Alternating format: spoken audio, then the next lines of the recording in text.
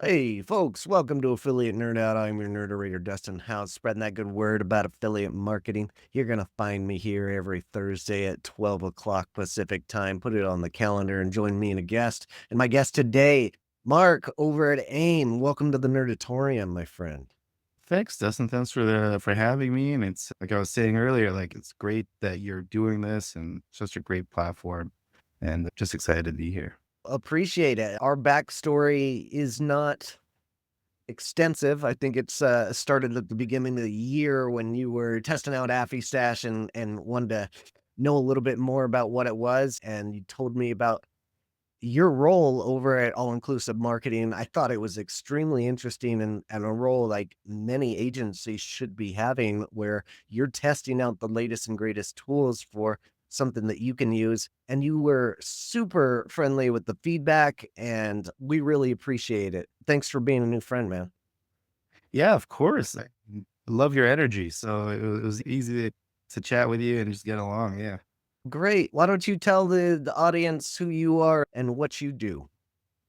Yeah. I'm Mark Goco. I'm the business intelligence operations manager at All Inclusive Marketing and father of two little ones. So it's spending a lot of my time with the kids. But on the professional side, what we really focus in my role is understanding data in the landscape of affiliate and digital marketing and being able to build tools, the tech stack for our organization that we can scale up actual insights and have very data oriented strategic approaches to affiliate marketing. Yeah. Great. And All Inclusive Marketing, tell us a little bit more about them. I have some backstories myself, but tell us about what you guys do and who you serve out there. Yeah, so we're an affiliate marketing program management agency, and we serve a lot of different verticals. And we travel, we do a lot of outdoors brands, and we're getting pretty big in the B2B space as well. It's one of our core businesses now. And yeah, if you guys need affiliate program management services, yeah, come reach out and take all inclusive marketing a look. Yeah. Okay, great. My background with you guys is I've known Sarah Bundy for probably 12 years since I first started going to conferences, and she has always been so warm and welcoming and willing to help everybody that I've ever seen her talk to. And she's just an incredible mentor and just a sweet human being. Always loved her energy and her vibe. And now she's off doing other things. And Charlie came in uh, and took over. And Charlie's one of those guys that I absolutely love hanging out with. He's always so knowledgeable and opinionated. Just love all the vibes that I get from everybody at All Inclusive Marketing. So glad you're part of that crew. And our topic today, getting into like your journey and the common pitfalls for systems and tools and implementations that you're going through. And we'll start off small here and tell us about implementation of tools and what you're doing in your role. Yeah. So when it comes to building out a tech stack for your organization, there's quite a few things you need to look at. One, how is the tool providing data that is different and unique to what you currently have, right? But you need to analyze the data against other outputs that are currently in your tech stack. So you may not know how the cook is cooking behind the scenes, Okay. but you're able to understand based on the differences of the outputs, the value of that platform. And this then from that point, once you understand that, you can then say, okay, how many hours are we saving in the process if we do incorporate them? Okay. Incorporate that tool. And then the next step, which is one of the harder ones to quantify, is the difficulty of adopting it. All right. How do we push that into a process for the Mhm. team that's very natural and organic and give us a positive ROI throughout the organization as we scale up? So that's the key cores of evaluating tools and then making sure we find processes to incorporate them and then onboarding them for our organization. Great. And that's got to be a learned trade, much like everything in affiliate marketing. Did you have some kind of background that led you into this role and what you're doing today? Yeah. So I have a pretty unique story. So I came from like the logistics operations vertical for 10 years. I worked there. I worked there part time. I had this passion in my 20s to do mixed martial arts, and I did it for a while and then fizzled out. And I was like, hey, I got to start like doing something. Sure. And I reached out to Sarah, and she pulled me in to Uncle's Market, and her personality was very infectious and high Yes. energy, positive, and she's like that all the time, like 24/7. That's not like an act. And anyone who meets her, it is who she is, a ball of positive energy. And right away, I was down to sign up with her and start my career in all inclusive marketing. And I started as an intern, and before all inclusive marketing, my only other marketing experience was I did for school, a marketing competition, and it was for something called Dragon's Den. It's a Canadian version of Shark Tank. And the product was coffee that helps you sleep. And we got second place on that. And they love our creatives. And then they actually paid us for being second. And I was like, wow, this is really cool. Like, doing marketing and then getting paid in school to do something as fun as this. And then, yeah, I started as an intern. And the first thing I learned in the affiliate marketing space is building publisher lists is a pain. Yeah. Yeah. Yes. And all I heard from the first few months is, hey, grab that list and bring it to me, or can you create this list? And then I never knew what the heck they were talking about. I was like, where is these lists coming from? And how am I getting it? And then you learn that people are just like going through SERP results and finding content publishers, different Yeah. types of publishers to build a list to qualify them through affiliate program. And I was like, God, there's got to be a better way of doing this. This is brutal. And then so I saw that, and I was trying to find ways to automate it. And then we started onboarding this tool, and this tool was really exciting to me because it had the ability to pull in network performance data, email data. It was able to tag information within the network. So if a publisher joined the program, you get a little tag that joined, and then if they're click active, you can see like when they made their first click. And then they had traffic data, regional data, and then sometimes they had social media follower data. And all of this was really exciting to me, and they gave me access to it, and, I just dived in. And what I really focused on was creating automated workflows. So, Okay. first thing is gap analysis, right? That's a common thing everyone does. If it's in this program, and if exclude them or remove them from your results. And then I started digging in further, and okay, there's SERP results coming in. And then I already knew which publishers I didn't want or I wanted. So I created blacklists and whitelists to really automate those SERP results. So I'm only seeing the top opportunities that I wanted to look at. And then I started building in like email automations where, if they joined within the first couple of days, we send out an email. If they're click active, sales active, we have a different segmentation and giving them we're engaging with them differently. And then I started going down that rabbit hole and started building custom metrics. Time it takes for the first click, how long did they get their first sale from joining or getting a newsletter or getting some of our guides, and you start just going down the rabbit hole of, Yeah.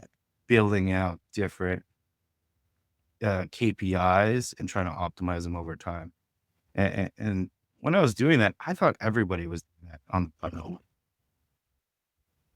and it's like and then so when people request lists from me, I'm turning around within 3, 4 days, and other people are spending, weeks on it.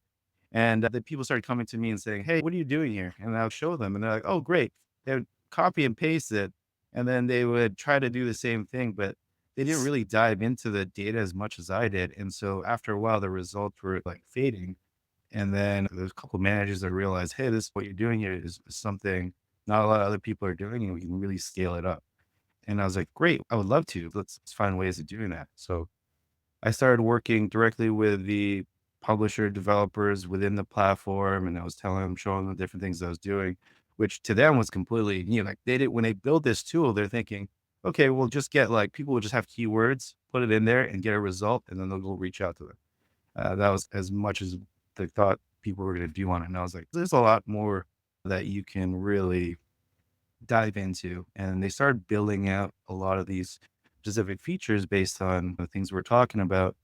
And then the tool started having some problems, and the problems is something that we can all relate to in the affiliate Sure. program is when you start trying to enrich records from the affiliate space, like affiliate networks, you get issues with unverified data points, right? Because you get affiliate publishers who create multiple accounts within a network for different purposes, and that will just screw up any database, right?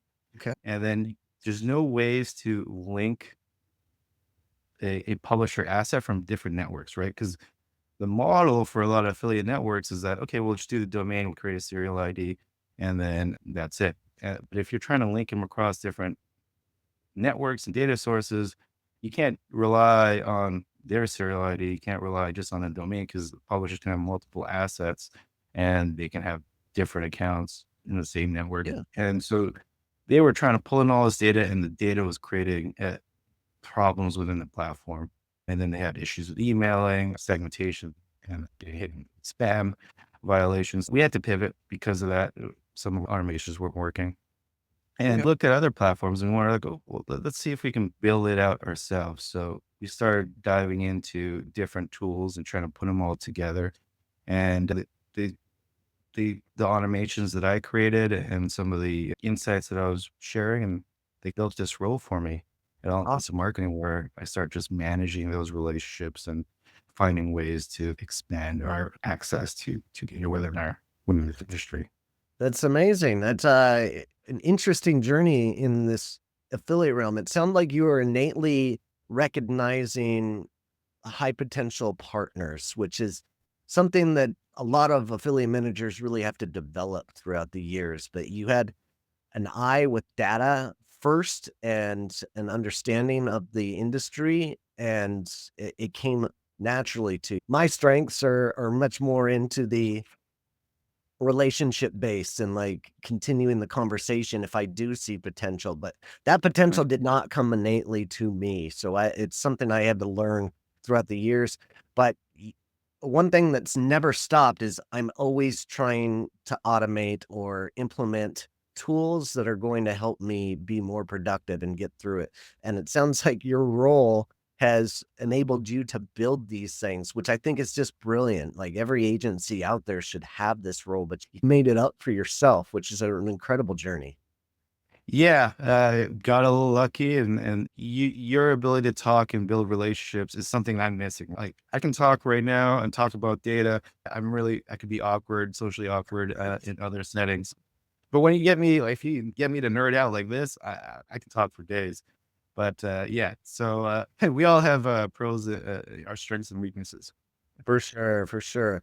So with this, when you're trying to build out these processes for other affiliate managers to utilize, what are some of those lessons that you've learned over time that have been helpful in for the affiliate managers out there they might be learning? What are some of those lessons that you can teach them to get to where you are at this point?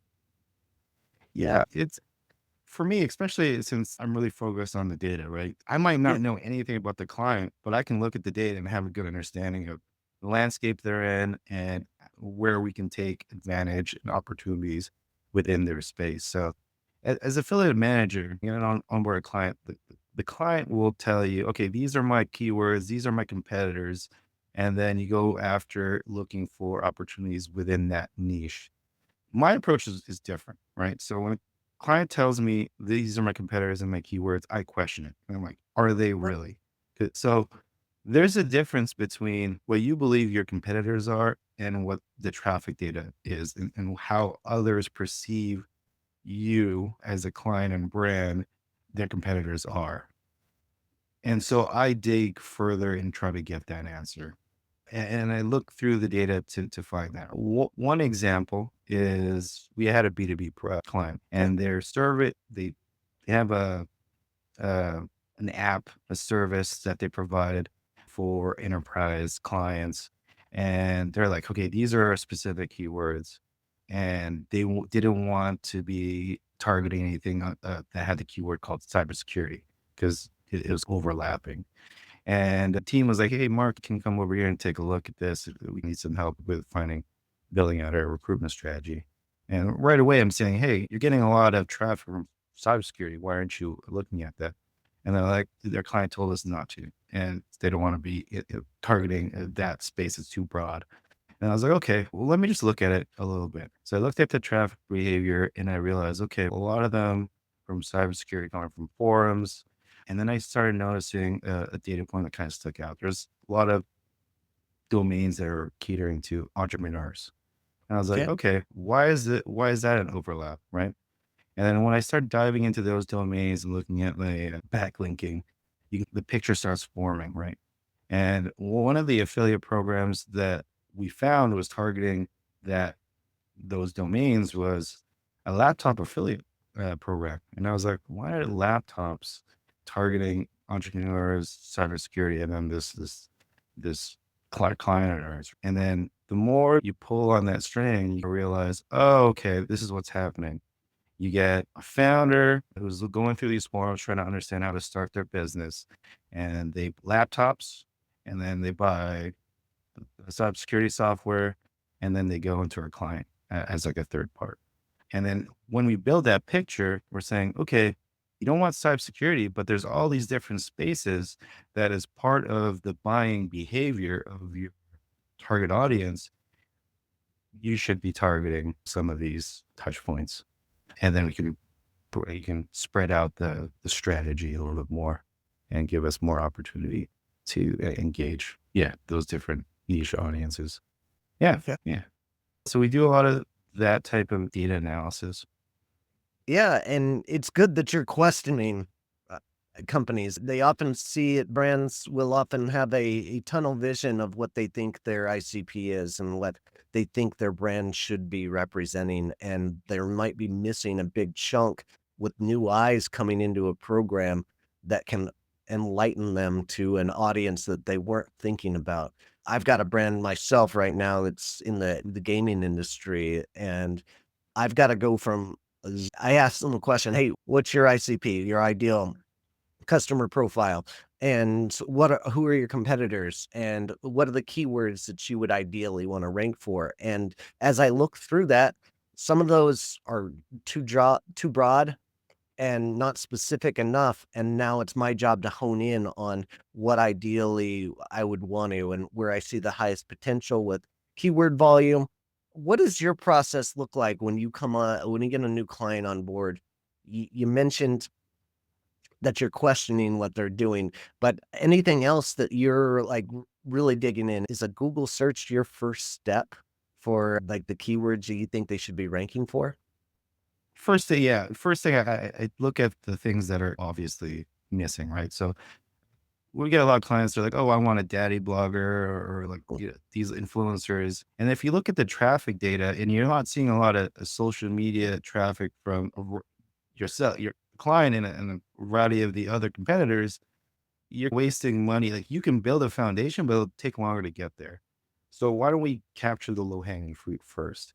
And I always like we build a strategic partnership with Silver Pro, like all inclusive marketing, even before my time has been with them from really early on. And so we've been accustomed to really diving into that platform and that data pretty detailed. And so that's my first step. I build a dashboard and I track where the traffic is coming from, the overlap, the niches, what type of blogs are the domains are creating, what's trending within those domains, and how they are driving traffic within that whole digital landscape. When when I look at the client's data, I'm a big fan of chess. So I think of everything in that way. And what does that mean? In an affiliate program, you're looking at different partner types, right? And in a chessboard, it's easy to understand where you want to have specialists, different types of pieces that do different things, track different audience segments as part of that buying behavior. One of the things that I see missed a little bit is stepping a little bit back and seeing the overall digital landscape and more than just the affiliate space, SEO, influencer, traffic, everything. And just if you step back all the way out and see how all the pieces are moving, then you can understand what is missing and how you can build towards it. One simple example is micro influencers, right? People want to, it's hard to work with them. They don't have enough impressions or impact if you do work with them. But if you make that pitch to one of those micro influencers, it's a cheaper ROI. And if you can get them to build out something that you're missing, that part of that buyer behavior, it will slowly rank and it'll slowly start building out traffic and conversions over a long period of time while you start filling out those gaps in a much more cost effective way. Yes. And you bring up influencers, and I'm gonna think my sponsor of the day, one way to find influencers is using AppyStash. This is a tool positions like Mark can utilize to go and find and target those niche affiliates based on their keywords. And Mark's gracious enough to help me build a better tool here at AffyStash, which I really appreciate. Go to dustinhouse.com/AffyStash to learn more and get your account 30-day money back guarantee. Go to check it out. All right, Mark, what influencers, getting back to it, I have found that influencers often really hone in on one specific platform, whether it be Instagram or YouTube, but you can cross check all of their other assets that are valuable to really judge the potential. So even though they might have 100,000 follower reach on Instagram, I'm gonna go look at what their links are in their bio and see how hard it is going to be to talk them into being affiliate, first of all. If they don't know anything about affiliate marketing, they're not gonna have a link tree that is leading to the right call to action, and that is a hard conversation to educate people with. But if I see that they have a link to their website, and that website has an email capture, and that website has content about pieces of niche products that could be very complementary to the product that I'm reaching out for. Now we've reached some potential and we can find a better spot. So, are there things that you're looking for when you find potential influencers that say, oh, this is going to be a good partnership? We should start reaching out.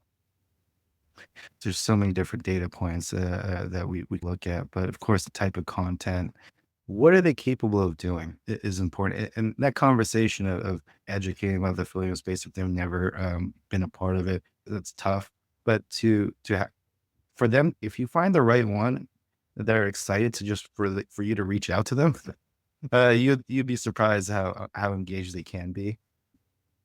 But yeah, it's really about what can the affiliate can provide, or the kind of audience are they engaged with today, and how quickly can we get them going and coordinated across the different strategies we have for within an affiliate program. So it's a lot of different pieces that need to fall into place. But the most important thing when we look at our publisher opportunities is finding ways to segment them and be able to prioritize the right ones. And that's the main focus of building out a strong database is really giving the team the abilities. Okay, this one has more value. If you chase after them, spend more time. It's okay if certain other opportunities drop off because we have the data to back up with you spending more time on this opportunity. Okay, great. And if you're to wave a magic wand out there and this tool isn't built yet, what is the ideal tool in your mind that's going to help this industry move forward?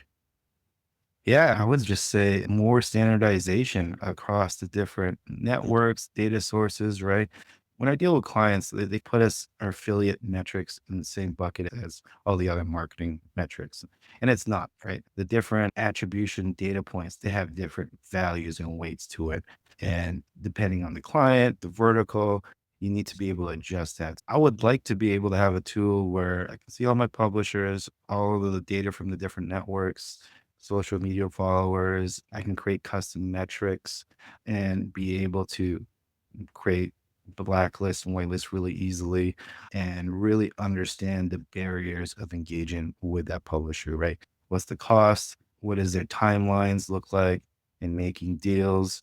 What are their database where I can build out the different assets? Can you do in-app landing page notifications, or there's so many different types of partners out there, and understanding a way of engaging with them in a fashion where they can pick it up really quickly, right? Because tech partners, they know what their features are, and they might not, if you make the pitch too broad, they might not pick up on how low hanging fruit opportunity it could be. And so being able to know that ahead of time before making the pitch to them would just help our team immensely in being able to engage with them easily. Oh, excellent. Well, I love that answer. And yes, commonalities. And this industry has so many different nomenclatures for words that are the same. And formality is 100%. something we need so desperately in this industry, but everybody's trying to be quirky and have their own words, which is funny and annoying at the same time. Um, 100%. all right, as we wind down here, this whole interview has all about optimizing your talents and carving your own role in this industry. Is there any big tips you would want to give somebody for suggestions on how to hone in on their talents and make their own path? Yeah, just from my own experience of my journey, it's really understanding the people around you and their strengths and weaknesses. That's what helped me, right? When I first went into all-inclusive marketing and everyone was such great affiliate program managers, I was like, how can I fit in this organization, contribute? And I started noticing that what are people shying away from? At the time, it was compliance, right? So I Oh, went full on in compliance, was building out resources, kept up with all the news, and I even joined a panel. And I became the compliance manager for a short period of time. And okay. I was able to kind of branch out and be able to help my team members, and they were able to give me insights on what they're doing. And then I was able to then expand into the operations role. So understanding people's strengths and weaknesses, building out the strength that you can contribute, and that helps the collaboration piece and building out your understanding and your skill set. Beautiful. I love it. All right. How do we connect with you, Mark? Yeah, through LinkedIn, definitely check out All Inclusive Marketing website. And yeah, feel free to reach out. Awesome. All right. Thanks so much for sharing your journey and your industry knowledge. You really appreciate you. For those of you out there, keep on recruiting and we'll see you out there. Take care.